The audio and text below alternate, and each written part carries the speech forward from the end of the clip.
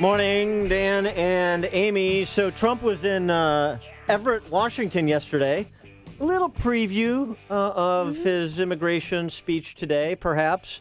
This was sort of unscripted. I expect him to stay within the four corners of a prepared speech today, but here's a little bit of what you can anticipate from Trump, at least in part. Frankly, I hate to say it, our country is going to hell, and we're not going to let it happen. Our border will be protected. Our children will be safe. And it is worth noting that in advance of his speech today, German Chancellor Angela Merkel told a newspaper in Germany that there's been mistakes made in the handling of the Syrian refugee crisis. Really? Yeah, this just in. Oh, really? I think she just got arrived at the party. Was it the knife attacks or the mass sexual assaults that tipped you off? I'm going to go with the mass sexual assaults. Well, thank you, Chancellor, for that grand concession. She added there are political issues that one can see coming but don't really register with people at that certain moment. People like perhaps Chancellor Merkel, Miss Chancellor Merkel. In Germany, we both ignored the problem for too long and blocked out the need to find a pan-European solution. She said, we didn't embrace the problem in an appropriate way that goes as well for protecting the external border of the Schengen area, the passport-free zone. You're talking essentially about the need for more internal checks.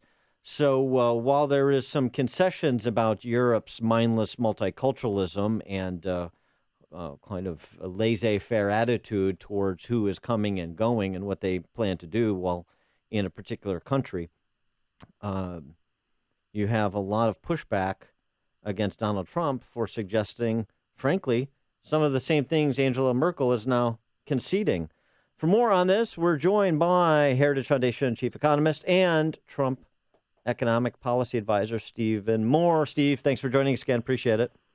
Hi, guys. I love that little quote from Angela Merkel that the refugee program didn't work out so well. Yeah. You think? Right. Well, what could go wrong? Well, perhaps if it can penetrate the granite between Angela Merkel's ears, then other people can be shown the way as well. And Trump aims to do that, at least in part today. What do you understand will be the thesis of his remarks today? And what are you, to the extent you know, and to the extent you don't, what are you hoping he focuses on? Well, I set up some talking points and got some lines in the speech, and I think that the thing that I said that we wanted to take away from this speech is Donald Trump will enforce the immigration laws. If you're here illegally, that means you're here unlawfully. That means you can't stay. That we are pro-legal immigration. In fact, we want to change the legal immigration system so more highly skilled and trained people can come into this country, that people who get, advanced degrees can stay here. We want people who want to work hard, and we want people who want to build better life, but you have to come in lawfully. So, the metaphor that I like using, and we'll see if Donald Trump uses this today, is we're going to build a wall. And by the way, if Donald Trump is elected, there will be a wall at the Mexican border, but we're going to have gates. We're going to have gates that people can come in lawfully.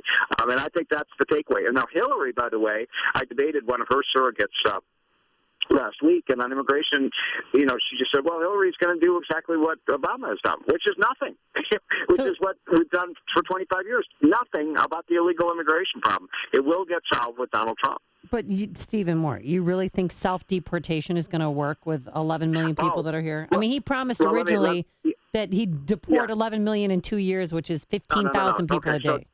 No, I'm glad you brought that up, Amy, so I want to be clear about that. Yes, I forgot to say this.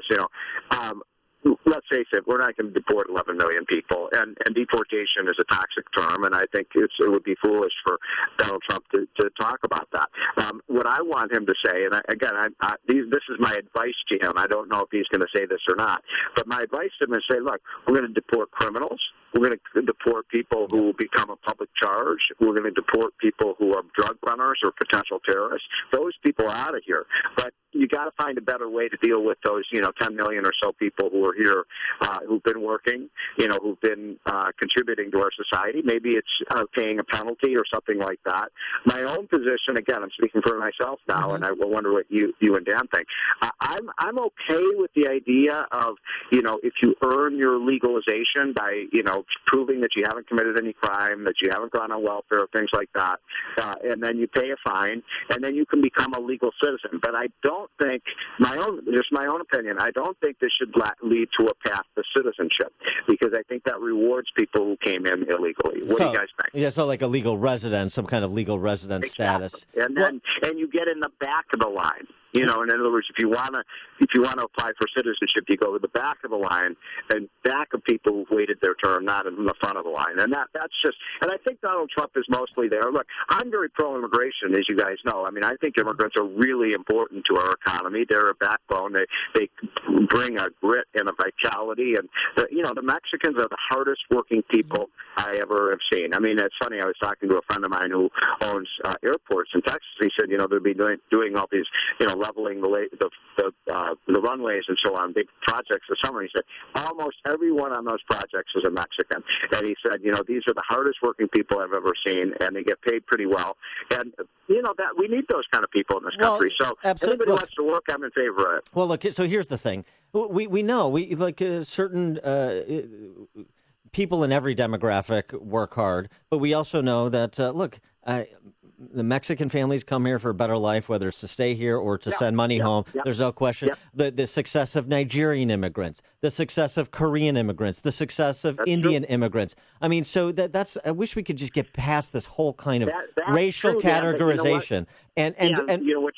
I'm sorry. Go ahead. What you say is true, but what I'm saying, making a different point. That a lot of people say, "Oh, Americans will do that kind of work," and the truth is, they won't do that kind of work. I mean, look, this kind of the washing the dishes, the cleaning the bedpans, the people who are doing a lot of this grunt work in this country. It has to get done. Every employer I talk to say, we hire Americans, they do the job for 3 weeks and they don't want to do it anymore. Right. So. Look, I just think that these are the kind of people, and hopefully then what happens, and the American dream is you come in as a first-generation immigrant, you work hard, maybe you start a little corner grocery store, and then your kids end up going to Harvard. And, we know people like that. We want to keep that going. I think it's the whole fresh blood that makes America a great system. But you got to come in legally. So that's the idea that we just turn a blind eye to illegal immigration. The American people are pissed off about it. And frankly, Dan and Amy, both parties, Republicans and Democrats, for 25 years, they promised they're going to do something about it, and nothing has been done about it. So the issue is character. It's not race. This is what I'm trying to get to. It's not the national origin. And the problem in this country, to the extent that there are jobs available that people could do who are otherwise not doing them and choose not to, that's a problem of lethargy. That's a problem of the perniciousness of the welfare state. To the extent that's a problem. I agree. I agree, but I'm thinking one point further. I think we've coddled our kids. That's my point. That's in part my point. These millennials, they feel like this kind of work is beneath them. They don't. A lot of these millennials have never had a hard day's work in their whole life. Yeah, but a lot of go see the movie A Day Without Mexicans. That'll change. No, it won't change my mind because I already know what my mind is. The point is this: that there's a lot of millennials who will work. And there's a lot of people who are unemployed who don't even have the concept of access to these opportunities. I'm so tired of this silly dichotomy. Like there are Mexicans who like anybody's arguing that Mexicans who come to this country don't work. No one is arguing that. So stop with the racial profiling, effectively. It's just so tiresome. It's Mexicans versus whites. It's blacks versus whites. It's Indians versus another group. It's just so tiresome. It is about unifying values that are American values. That is the conversation we should be having. And anything else is a misdirection play that is based either on ignorance or something more pernicious than ignorance, like pursuit of political power. I agree with what you just said, and I think one of the problems has been, it's not the problem right now, in addition to illegal immigration, is the assimilation process. This idea that immigrants come in and they become part of the melting pot and they Americanize. And who's against that? It's not the immigrants themselves. It's these radical left-wing groups that feel America's a terrible place and they don't want them to Americanize. Well, and here's something else, though, Steve. I want to get to this. Here's something else. Yeah. We can't get to that place for the people that came here illegally but have otherwise been productive and that kind of figuring out a way towards some kind of legal residency. If you don't, in my opinion, and it can't happen at the same time because, as you said, both parties have proven untrustworthy on the issue, so the Americans don't believe it until they see it. So until you do what you say everyone agrees we should do, get rid of violent offenders, properly vet people so we're not allowing would-be terrorists in this country, until you prove to the American people that you're willing and able to do those things and you accomplish it, you can't get to the other group. I totally agree with you. I mean, and that's why I think, as a pro-immigration person myself, I applaud mostly what Donald Trump is talking about. I'm not in favor of deportation, Amy. You're exactly right. It's an impractical thing. It's costly. It's not going to work. We're not going to wrench families apart. But the undesirables, we got to get rid of them. And we do import, most 99% of immigrants who come into this country are great people. But, the ones who are potential terrorists or criminals or drug runners, we got to get rid of them. The other point I was going to make, Dan, is, our cultural institutions are not integrating these. Like, one of the most failed experiments that's still going on in all the schools is bilingual education. I mean, it used to be in the 50s and 60s, the immigrants came in, we didn't have bilingual education. They just learned English in 6 months, and they're on their way. Now you got immigrants that have been in this country for 5 to 6 years. They don't speak English. It's crazy. Thanks for that. Thanks for that, Steve. Appreciate it. And thanks, as always, for joining us. Steve Moore, Chief Economist at the Heritage Foundation and Trump Campaign Economic Policy Advisor. Steve, always a pleasure. Have a great week, guys. Take care. And by now, want to see more of Steve. Yeah. How can you do that? Freedom Summit 2016 is coming back to Chicago on Saturday, October 29th, don't you know? That's like 9 days before the election, or 11. Wait, 10 days. Uh-oh. Oh, you did the math wrong. November 8th You're slipping over there, dude. minus October 29th. You all right? There's 31 days in October. Let's carry the one. Yeah, our keynote dinner speaker will be Lieutenant Colonel Alan West, and keynote lunch speaker will be Michelle Malkin. AM 560's Mike Gallagher will be there, and we'll be announcing some other names shortly.